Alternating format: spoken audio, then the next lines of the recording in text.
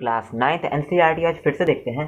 पिछले वीडियो में हमने देखा था कि यूक्लिड की ज्यामिति का परिचय जो चैप्टर है उसमें उदाहरण 1 और 2 हमने देख लिया था। इस वीडियो में हम देखेंगे, देखिए, प्रश्नावली। लेकिन उससे पहले एक प्रमेय दी हुई है हमें, प्रमेय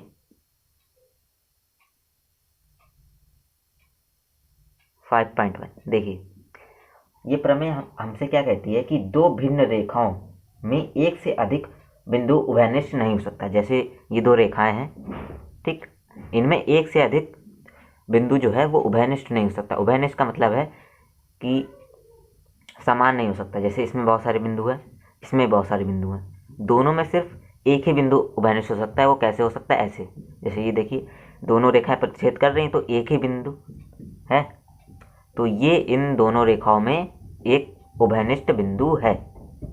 ठीक, अब हमें ये सिद्ध करना है। ठीक, तो हम ये कैसे करेंगे देखते हैं। देखिए, किसी भी प्रमेय को अगर आपको बिना उसे मतलब ज्यामिति, मतलब ये तो प्रमेय है, ठीक है, निर्णय को अगर सिद्ध करना होता है तो हम लोग ऐसे ज्यामिति का उपयोग करके कर लेते हैं। लेकिन इसमें क्या होता है प्रमेय में कि आपको धारणाओं के आधार पर हमें सिद्ध करना होता है। तो हम क्या इसमें करते हैं कि हम इसमें ऐसी प्रमेयों में हम ये मान लेते हैं, उसका उल्टा मान लेते हैं। अगर हम जो उल्टा माने हैं अगर वो गलत हो जाता है, इसका मतलब जो प्रमेय कह रही है वो सही है। समझ गए आप? तो देखिए, प्रमेय आपसे क्या कह रही है कि दो भिन्न रेखाओं में एक से अधिक बिंदु उभयनिष्ठ नहीं हो सकता। तो हम इसका उल्टा मान लेते हैं कि दो भिन्न रेखाओं में से दो बिंदु उभयनिष्ठ हो सकते हैं। एक से अधिक नहीं हो सकता उसने कहा, तो हम मान लेते हैं दो हो सकते हैं। अगर दो नहीं होंगे तो इसका मतलब जो प्रमेय हमसे कह रही है कि एक से अधिक नहीं हो सकता वही सही है। ठीक, तो देखिए, हमने माना कि L और M दो रेखाएं हैं, L और M दो रेखाएं हैं और इनके जो उभयनिष्ठ बिंदु हैं वो है P और Q। ठीक, अब हमें पता है कि अभिग्रहित 5.1 के अनुसार कि दो भिन्न बिंदुओं से केवल एक ही रेखा जा सकती है। जैसे मैंने बताया था आपको कि ये दो बिंदु हैं, इनसे केवल एक ही रेखा जा सकती है। ठीक, और कोई रेखा नहीं जा सकती इन दो बिंदुओं में से होके, दोनों में से होके कोई रेखा नहीं जा सकती एक से अधिक। वैसे देखिए कि अगर L और M दो रेखाएं हैं, इनके दो उभयनिष्ठ बिंदु हैं P और Q। ठीक, तो L में भी P और Q होगा और M में भी P और Q बिंदु होंगे। समझ गए आप? लेकिन अभिग्रहित 5.1 इसके बिल्कुल विरुद्ध है। क्या? कि P और Q दो बिंदु हैं। ठीक, तो इनसे एक ही रेखा होकर जानी चाहिए। लेकिन यहाँ क्या है कि P और Q में से दो रेखाएं होकर जा रही हैं, L और M। तो हमारी धारणा जो है वो गलत हो गई।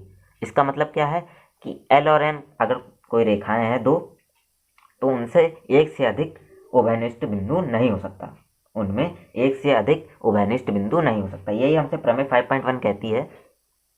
बस छोटी सी प्रमेय थी, आपको बस समझ लेनी है कैसे इसे सॉल्व करते हैं, और आप करके भी देख सकते हैं इसे। ठीक, अब सीधे देखते हैं प्रश्नावली।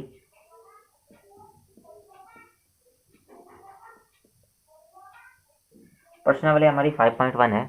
देखिए, इसका जो पहला सवाल है वो हमसे क्या कह रहा है, पहले का पहला पार्ट हमसे ये कह रहा है कि एक बिंदु से होकर केवल एक ही रेखा खींची जा सकती है।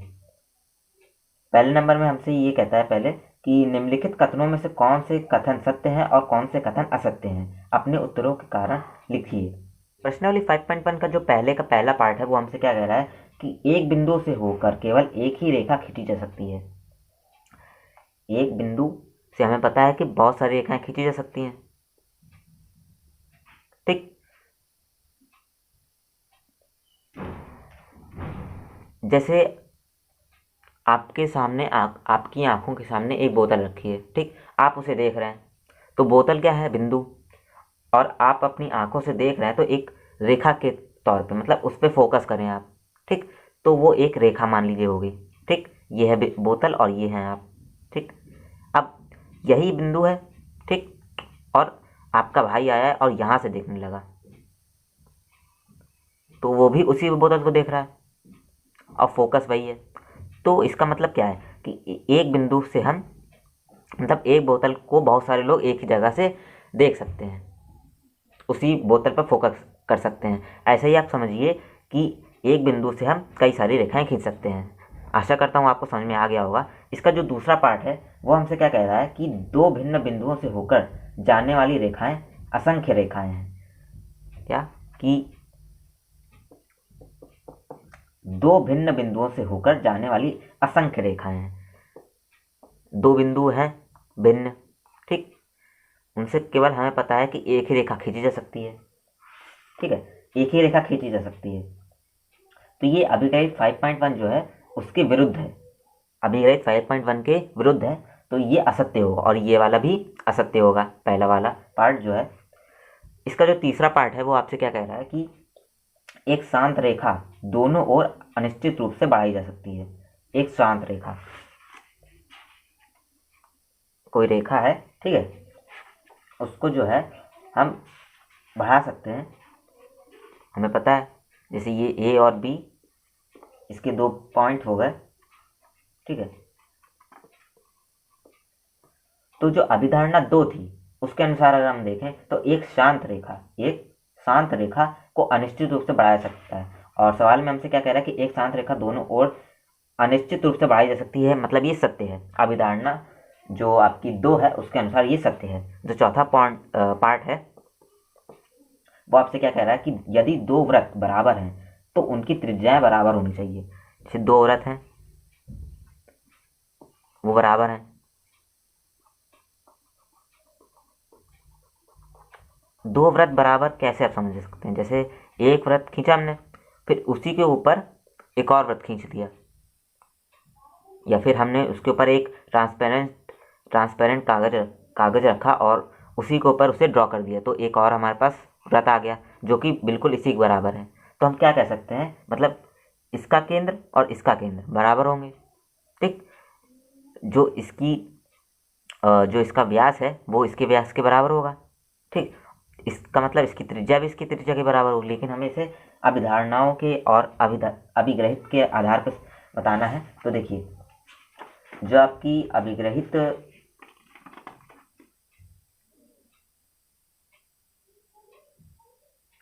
एक है उसके अनुसार क्या है कि वे वस्तुएं जो एक ही वस्तु के बराबर होती हैं एक दूसरे के बराबर होती हैं, समझ रहे हैं?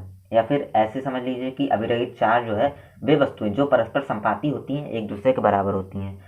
देखिए, जो इसका केंद्र है वो इसके केंद्र के ऊपर आ रहा है, ठीक है, और ये जो इसका परिधि का एक पॉइंट है ये इसकी परिधि के पॉइंट के बराबर आ रहा है, मतलब हर एक पॉइंट इसके पॉइंट के बराबर है, मतलब त्रिज्या जो है वो बराबर हो जाएगी अभिरहित 4 के अनुसार, ठीक है। जो पांचवा है आपका वो क्या है देख लेते हैं। आकृति 5.9 में यदि A B equal to P Q, A B equal to P Q और P Q equal to X Y है तो A B equal to X Y होगा। देखिए, जो आपका पहले का पांचवा पार्ट है उसे मैं यहाँ करके दिखा देता हूँ आपको। आकृति इसमें 5.9 क्या दी है, ये देखिए, ये है ए बी, ये पी क्यू है और ये क्या है एक्स वाई, ठीक। तो अगर हमसे कह रहा है कि आकृति 5.9 में यदि ए बी बराबर क्या है पी क्यू है, ए बी जो है वो पी क्यू के बराबर है और पी क्यू क्या है एक्स वाई के बराबर, तो ए बी जो है वो एक्स वाई के बराबर होगा। अब गणित में हम तो ऐसे लिख सकते हैं कि A B equal to P Q comma P Q equal to X Y, this implies that कि A B equal to X Y. लेकिन यहाँ क्या करना पड़ता है, हमें अभिग्रहित और अभिधारणाओं के आधार पर बताना है। तो देखिए, आपकी एक अभिग्रहित थी कि देखिए, जो आपकी अभिग्रहित एक है उसके अनुसार क्या कि वे वस्तुएं जो एक ही वस्तु के बराबर होती हैं एक दूसरे के बराबर होती हैं। ए बी किसके बराबर है, पी क्यू के बराबर है। पी क्यू किसके बराबर है, एक्स वाई के बराबर है, ठीक। तो पी क्यू किसके बराबर है, ए बी के बराबर है। पी क्यू किसके बराबर है, एक्स वाई के बराबर है। एक ही वस्तु मतलब पी क्यू एक रेखा है, वो ए बी के बराबर भी है एक्स वाई के बराबर भी है। तो अगर अभिग्रहित एक के अनुसार देखें तो वे वस्तुएं जो एक ही वस्तु के बराबर होती हैं, वे वस्तुएं जो एक ही वस्तु के बराबर होती हैं आपस में भी बराबर होती हैं। तो हम लिख देंगे कि ये सत्य है, आपकी जो प्रश्नावली 5.1 का जो पहला सवाल था वो ख़त्म हो गया है। अगली वीडियो में हम देखेंगे दूसरा सवाल।